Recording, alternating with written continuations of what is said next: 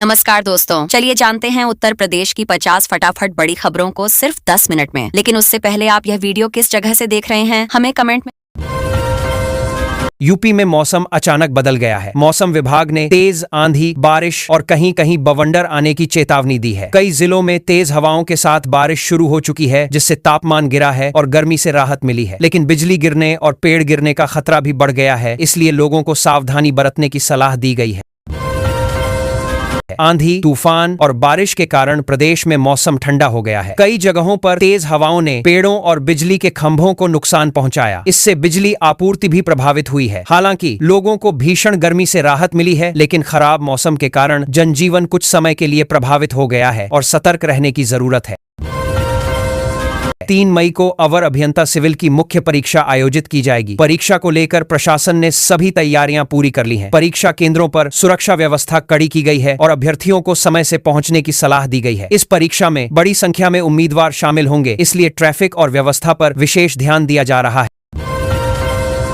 लखनऊ में एक बड़ा हादसा हुआ जब अचानक सड़क किनारे खड़ा विशाल पेड़ गिर गया। इसकी चपेट में आकर 2 युवकों की मौके पर ही मौत हो गई। हादसे के बाद इलाके में अफरा तफरी मच गई। प्रशासन ने मौके पर पहुंचकर राहत कार्य किया और लोगों को खराब मौसम में सतर्क रहने की सलाह दी है।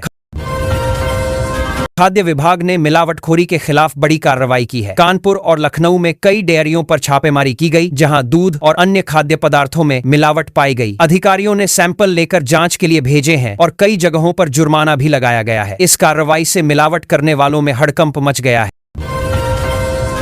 महिलाओं को संपत्ति खरीद में दी गई 1% छूट का बड़ा असर देखने को मिला है। पिछले 8 महीनों में करीब 8.89 लाख महिलाओं ने अपने नाम पर घर खरीदे हैं। इससे महिलाओं में आर्थिक सशक्तिकरण बढ़ा है और सरकार की इस पहल को काफी सराहना मिल रही है। गंगा एक्सप्रेसवे का निर्माण तेजी से चल रहा है और इसे बेहद मजबूत तरीके से तैयार किया गया है। इसमें लाखों टन सीमेंट और लोहे का इस्तेमाल हुआ है। अधिकारियों का दावा है कि यह हाईवे भूकंप जैसी आपदा को भी झेल सकता है। इसके शुरू होने से प्रदेश में यातायात और व्यापार को बड़ा फायदा मिलने की उम्मीद है। सपा नेता माता प्रसाद ने आरोप लगाया है कि सरकार फंड वितरण में भेदभाव कर रही है। उन्होंने कहा कि भाजपा विधायकों को ज्यादा और विपक्ष को कम फंड दिया जा रहा है। इस मामले में उन्होंने मुख्यमंत्री को पत्र भी लिखा है। पत्र भावे राजनीतिक माहौल इस मुद्दे पर गर्मा गया है और आने वाले समय में विवाद और बढ़ सकता है। महिलाओं के लिए चलाई जा रही रजिस्ट्री में छूट की योजना से बड़ा बदलाव देखने को मिला है। अब महिलाएं अधिक संख्या में संपत्ति खरीद रही हैं और अपने नाम पर घर दर्ज करा रही हैं। इससे समाज में महिलाओं की भागीदारी बढ़ी है और आर्थिक रूप से भी वे मजबूत हो रही हैं। यह योजना लंबे समय तक असर डालती नजर आ रही है। फतेहपुर में दुष्कर्म के आरोपी भाजपा कार्यकर्ता पर इनाम बढ़ाकर 1 लाख रुपए कर दिया गया है। पुलिस आरोपी की तलाश में लगातार दबिश दे रही है। साथ ही प्रशासन ने आरोपी के अवैध कब्जों पर बुलडोजर चलाकर सख्त संदेश दिया है। इस कार्रवाई से इलाके में कानून व्यवस्था को लेकर सख्ती साफ दिखाई दे रही है। गाजियाबाद में सामूहिक विवाह का आयोजन किया जा रहा है, जिसमें 92 जोड़े एक साथ शादी के बंधन में बंधेंगे। खास बात यह है कि इसमें हिंदू और मुस्लिम दोनों धर्मों की रस्में निभाई जाएंगी। इस आयोजन को सामाजिक सौहार्द का प्रतीक माना जा रहा है और बड़ी संख्या में लोग इसमें शामिल होंगे। गंगा एक्सप्रेसवे पर प्रयागराज से मेरठ के बीच रोडवेज बस सेवा शुरू करने की तैयारी है। हर घंटे बसें चलाने की योजना बनाई जा रही है। इसके लिए 24 घंटे की समय सारणी भी जल्द जारी होगी। इससे यात्रियों को काफी सुविधा मिलेगी और लंबी दूरी का सफर आसान और तेज हो जाएगा। एक पुलिसकर्मी का रील बनाते हुए वीडियो सोशल मीडिया पर वायरल हो गया है। वीडियो सामने आने के बाद विभाग ने जांच शुरू कर दी है। अधिकारियों का कहना है कि ड्यूटी के दौरान इस तरह की गतिविधियां अनुशासनहीनता मानी जाती हैं। जांच के बाद संबंधित कर्मी पर कार्रवाई की जा सकती है। पहली बार प्रदेश के 5 स्पोर्ट्स कॉलेजों में दाखिले के लिए ट्रायल आयोजित किए जाएंगे। ये ट्रायल 15 मई से शुरू होंगे। इसमें खेल प्रतिभाओं को मौका मिलेगा और चयन के बाद उन्हें बेहतर प्रशिक्षण दिया जाएगा। इस पहल से राज्य में खेलों को बढ़ावा मिलने की उम्मीद है और नए खिलाड़ी सामने आ सकते हैं। अवैध खनन के खिलाफ जिलाधिकारी ने सख्त रुख अपनाया है। प्रशासन ने 1.5 करोड़ रुपए से अधिक की वसूली की तैयारी की है। लगातार हो रही छापेमारी से खनन माफियाओं में हड़कंप मच गया है। अधिकारियों का कहना है कि अवैध गतिविधियों पर पूरी तरह रोक लगाने के लिए अभियान जारी रहे। एक दर्दनाक हादसे में हैंडपंप से पानी भरने गई महिला करंट की चपेट में आ गई। उसे बचाने पहुंचे बेटे की भी मौके पर ही मौत हो गई। इस घटना से इलाके में शोक का माहौल है। प्रशासन ने लोगों से बिजली उपकरणों के पास सावधानी बरतने की अपील की है। सेना के एक जवान को पूरे सम्मान के साथ अंतिम विदाई दी गई। गार्ड ऑफ ऑनर देकर उन्हें सलामी दी गई और बड़ी संख्या में लोग अंतिम संस्कार में शामिल हुए। इस दौरान माहौल भावुक हो गया। लोगों ने जवान की सेवा और बलिदान को याद करते हुए उन्हें श्रद्धांजलि दी। एक पुलिसकर्मी की मौत के बाद जब उसका शव थाने पहुंचा तो साथी कर्मियों की आंखें नम हो गईं। सभी ने भावुक होकर अपने साथी को अंतिम विदाई दी। इस घटना ने पुलिस विभाग में शोक की लहर दौड़ा दी और हर कोई उस पल को देखकर भावुक हो उठा। CISSE बोर्ड के परिणाम में मेधा नाम की छात्रा ने शानदार प्रदर्शन किया है। उसने बेहतरीन अंक हासिल कर सभी को चौंका दिया। परिवार और स्कूल में खुशी का माहौल है। छात्रा की मेहनत और लगन की हर तरफ तारीफ हो रही है और वह अन्य छात्रों के लिए प्रेरणा बन गई है। श्रमिकों के सम्मान में आज श्रमवीर गौरव समारोह का आयोजन किया जाएगा। इसमें मेहनतकश लोगों को सम्मानित किया जाएगा और उनके योगदान को सराहा जाएगा। इस कार्यक्रम का उद्देश्य श्रमिकों का मनोबल बढ़ाना और समाज में उनके महत्व को उजागर करना है। हाई स्कूल और इंटर के रिजल्ट में छात्रों ने शानदार प्रदर्शन किया है। हाई स्कूल में विशेष लक्षित और इंटर में रचित ने जिला टॉप किया है। परिवार और स्कूल में खुशी का माहौल है। उनकी सफलता से अन्य छात्रों को भी प्रेरणा मिली है और मेहनत का महत्व सामने आया है। डॉक्टरों ने चेतावनी दी है कि गर्मी में बच्चों को टाइफाइड और डायरिया का खतरा बढ़ जाता है। दूषित पानी और भोजन इसके मुख्य कारण है। अभिभावकों को बच्चों को साफ पानी और ताजा भोजन देने की सलाह दी गई है ताकि वे बीमारियों से सुरक्षित रह सकें। एक सड़क हादसे में बाइक और साइकिल की टक्कर हो गई जिसमें 2 लोगों की मौत हो गई। हादसा इतना तेज था कि दोनों को संभलने का मौका नहीं मिला। घटना के बाद इलाके में हड़कंप मच गया और पुलिस ने मौके पर पहुंचकर जांच शुरू कर दी है। जलवायु परिवर्तन के कारण बढ़ती गर्मी को लेकर विशेषज्ञों ने चिंता जताई है। उनका कहना है कि यह मानव अस्तित्व के लिए बड़ा खतरा बनता जा रहा है। तापमान लगातार बढ़ रहा है और इससे पर्यावरण पर गंभीर असर पड़ रहा है। लोगों को जागरूक होकर पर्यावरण बचाने के लिए कदम उठाने की जरूरत है। मौसम विभाग ने एक बार फिर यूपी समेत कई राज्यों में अगले 5 दिनों तक बारिश का अलर्ट जारी किया है। कहीं हल्की तो कहीं तेज बारिश हो सकती है। इससे तापमान में गिरावट आने की संभावना है और गर्मी से राहत मिलेगी। हालांकि तेज हवाओं और बिजली गिरने का खतरा भी बताया गया है, इसलिए लोगों को सावधानी बरतने की जरूरत है। हरदोई में मौसम अचानक बदल गया और तेज आंधी के साथ बारिश शुरू हो गई। कई जगहों पर ओले भी गिरे जिससे किसानों की चिंता बढ़ गई है। पेड़ गिरने और बिजली व्यवस्था प्रभावित होने की भी खबर है। मौसम विभाग ने पहले ही चेतावनी दी थी। अब लोगों से सुरक्षित रहने और बेवजह बाहर न निकलने की अपील की जा रही है। हरदोई में मौसम ने अचानक बड़ा बदलाव दिखाया। तेज आंधी और बारिश के साथ कई जगहों पर ओले गिरे। इससे खेतों और फसलों को नुकसान होने की आशंका है। कुछ इलाकों में बिजली आपूर्ति भी बाधित हुई है। लोग अचानक बदले मौसम से परेशान हैं और प्रशासन स्थिति पर नजर बनाए हुए है ताकि किसी तरह की बड़ी समस्या न हो। कानपुर में मौसम विभाग ने अगले दिनों के लिए सावधानी बरतने की सलाह दी है क्योंकि बारिश और आंधी की संभावना है। अस्पतालों में डॉक्टरों की ड्यूटी और OPD का शेड्यूल भी जारी किया गया है ताकि मरीजों को परेशानी न हो। मौसम के बदलाव के बीच स्वास्थ्य सेवाओं को सुचारू रखने पर खास ध्यान दिया जा रहा है।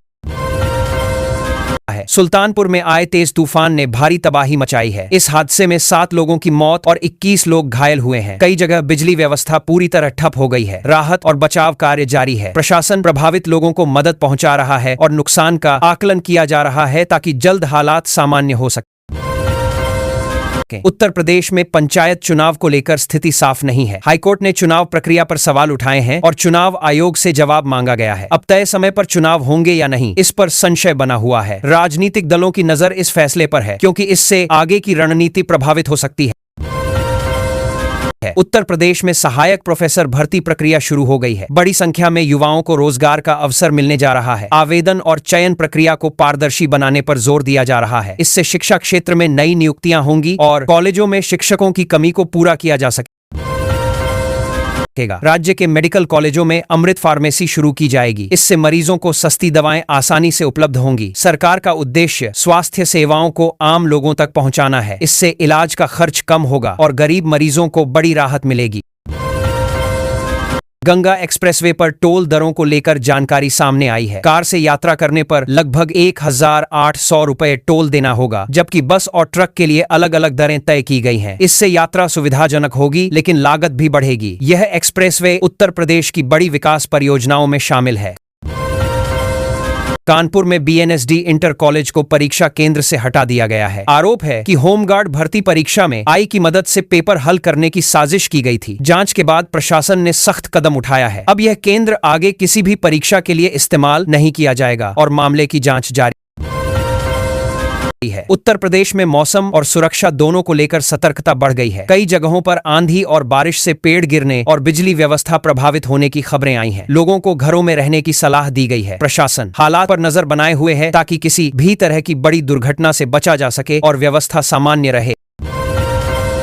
यूपी में विधानसभा का विशेष सत्र शुरू होने से पहले सियासी माहौल गर्म हो गया है। समाजवादी पार्टी के सदस्यों ने प्रदर्शन कर सरकार पर गंभीर आरोप लगाए हैं। सदन में हंगामे की संभावना जताई जा रही है। विपक्ष ने कई मुद्दों पर सरकार को घेरने की तैयारी की है, जिससे राजनीतिक तनाव बढ़ गया है। उत्तर प्रदेश में एक वीडियो वायरल होने के बाद पुलिसकर्मी पर कार्रवाई की गई है। बताया जा रहा है कि मामले में अनुशासनहीनता के चलते उसे लाइन हाजिर कर दिया गया है। घटना को लेकर जांच जारी है। सोशल मीडिया पर मामला तेजी से वायरल हुआ, जिसके बाद विभाग ने तुरंत एक्शन लिया ताकि व्यवस्था पर सवाल न उठे। उत्तर प्रदेश के कई जिलों में गर्मी ने रिकॉर्ड तोड़ दिए हैं, जहां 19 जिलों में लू का ऑरेंज अलर्ट जारी किया गया है। प्रयागराज, वाराणसी, आगरा और मथुरा में तापमान 47 डिग्री तक पहुंच गया है। प्रशासन ने दोपहर में बाहर न निकलने की सलाह दी है और राहत शिविरों में ठंडा पानी, छाया और ORS की व्यवस्था लगातार की जा रही है। मौसम विभाग ने राहत की खबर दी है कि 28 अप्रैल से पश्चिमी विक्षोभ सक्रिय होगा, जिससे प्रदेश के कई हिस्सों में मौसम बदलेगा। पश्चिमी यूपी और बुंदेलखंड में धूल भरी आंधी और हल्की बारिश की संभावना जताई गई है। इससे तापमान में 3 से 4 डिग्री की गिरावट आने की उम्मीद है। यूपी बोर्ड के हाई स्कूल परिणामों में फतेहपुर जिले के छात्रों ने शानदार प्रदर्शन किया है, जहां 7 छात्रों ने टॉप 10 में जगह बनाई। अभिषेक तिवारी ने 97.1% अंक प्राप्त किए। सरकार ने मेधावी छात्रों को टैबलेट और नकद पुरस्कार देने की घोषणा की है, जिससे शिक्षा के प्रति उत्साह बढ़ता दिख रहा है। इंडिया वोज एक इंटरमीडिएट परीक्षा के नतीजों में छात्राओं ने बेहतर प्रदर्शन कर एक बार फिर अपनी क्षमता साबित की है। सीतापुर की शिखा वर्मा ने प्रदेश में टॉप किया और कुल मिलाकर लड़कियों का रिजल्ट लड़कों से 8% ज्यादा रहा। ग्रामीण क्षेत्रों की बेटियों ने भी शानदार प्रदर्शन किया, जिससे शिक्षा में नई प्रेरणा मिल रही है। अयोध्या बाईपास को जाम से राहत देने के लिए 3 नए व्हीकल अंडरपास बनाने की प्रक्रिया शुरू कर दी गई है। NHAI ने करीब 140 करोड़ रुपए का टेंडर जारी किया है। निर्माण कार्य 18 महीनों में पूरा करने का लक्ष्य है, जिससे श्रद्धालुओं और यात्रियों को सुगम आवागमन की सुविधा मिलेगी। वाराणसी से Delhi high speed rail corridor का सर्वे पूरा होने की जानकारी सामने आई है, जिससे तेज यात्रा की राह खुली है। यह ट्रेन 320 किमी प्रति घंटे की रफ्तार से चलेगी और 4 घंटे में दूरी पूरी करेगी। इससे लखनऊ, अलीगढ़ और जेवर जैसे शहर भी सीधे इस प्रोजेक्ट से जुड़ेंगे। नोएडा में ग्रीन सिटी अभियान के तहत बड़े स्तर पर पौधारोपण शुरू किया गया है, जिसमें 50,000 पौधे लगाने का लक्ष्य रखा गया है। पार्कों और खाली जमीनों को हरा भरा बनाने के लिए RWA को भी जोड़ा गया है, जिससे पौधों की देखभाल सुनिश्चित हो और प्रदूषण कम करने में मदद मिल सके। लखनऊ मेट्रो के दूसरे चरण के विस्तार के लिए चारबाग से बसंत कुंज तक मिट्टी जांच का कार्य शुरू किया गया है। इस रूट पर 12 नए स्टेशन बनाए जाएंगे, जिनमें 7 भूमिगत होंगे। यह परियोजना पुराने लखनऊ को मेट्रो से जोड़ेगी और शहर में ट्रैफिक का दबाव कम करेगी। गन्ना किसानों के लिए बड़ी राहत की खबर आई है, जहां 85% किसानों का भुगतान सीधे उनके बैंक खातों में ट्रांसफर किया जा चुका है। सरकार ने चीनी मिलों को सख्त निर्देश दिए हैं कि देरी पर ब्याज और कार्रवाई होगी। इससे किसानों को समय पर पैसा मिलना सुनिश्चित हो रहा है। आज से वाराणसी में गंगा नदी पर नई सोलर क्रूज सेवा की शुरुआत की गई है, जो नमो घाट से 80 घाट तक चलेगी। इस क्रूज में लाइट एंड साउंड शो के जरिए काशी का इतिहास दिखाया जाएगा। इससे पर्यटकों को नया अनुभव मिलेगा और शहर में पर्यटन गतिविधियां और तेज होंगी। प्रदेश के सरकारी स्कूलों में शिक्षा को डिजिटल बनाने की दिशा में बड़ा कदम उठाया गया है, जहां 15,000 स्कूलों में स्मार्ट क्लास शुरू की जाएंगी। इसमें डिजिटल बोर्ड, इंटरनेट और आधुनिक सॉफ्टवेयर दिए जाएंगे। शिक्षकों को भी प्रशिक्षण दिया जा रहा है, जिससे पढ़ाई और प्रभावी बन सके। कुशीनगर में सीबीएसई स्कूलों के प्रिंसिपलों की बैठक आयोजित की गई, जिसमें नई शिक्षा नीति 2020 के बेहतर क्रियान्वयन पर चर्चा हुई। छात्रों के मानसिक स्वास्थ्य और संसाधनों के साझा उपयोग पर जोर दिया गया। इससे स्कूलों में शिक्षा का स्तर और समन्वय बेहतर होने की उम्मीद है। मेरठ दिल्ली रैपिड रेल के अगले खंड पर ट्रायल रन शुरू कर दिया गया है, जिससे हाई स्पीड यात्रा का सपना करीब आ गया है। मई के अंत तक इस रूट को जनता के लिए खोलने की योजना है। इससे रोजाना सफर करने वाले यात्रियों को समय की बचत और सुविधा मिलेगी। कानपुर में मेगा लेदर पार्क का निर्माण कार्य तेजी से आगे बढ़ रहा है और 70% काम पूरा हो चुका है। इसके चालू होने पर करीब 50,000 लोगों को रोजगार मिलने की संभावना है। इससे यूपी का लेदर उद्योग अंतर्राष्ट्रीय बाजार में प्रतिस्पर्धा करने के लिए और मजबूत होगा। गोरखपुर में नए इंडस्ट्रियल कॉरिडोर के विकास की योजना पर काम शुरू कर दिया गया है, जिसके लिए 500 एकड़ जमीन का अधिग्रहण किया जा रहा है। यहाँ फूड प्रोसेसिंग, गारमेंट और IT कंपनियों को जगह दी जाएगी, जिससे निवेश बढ़ेगा और रोजगार के नए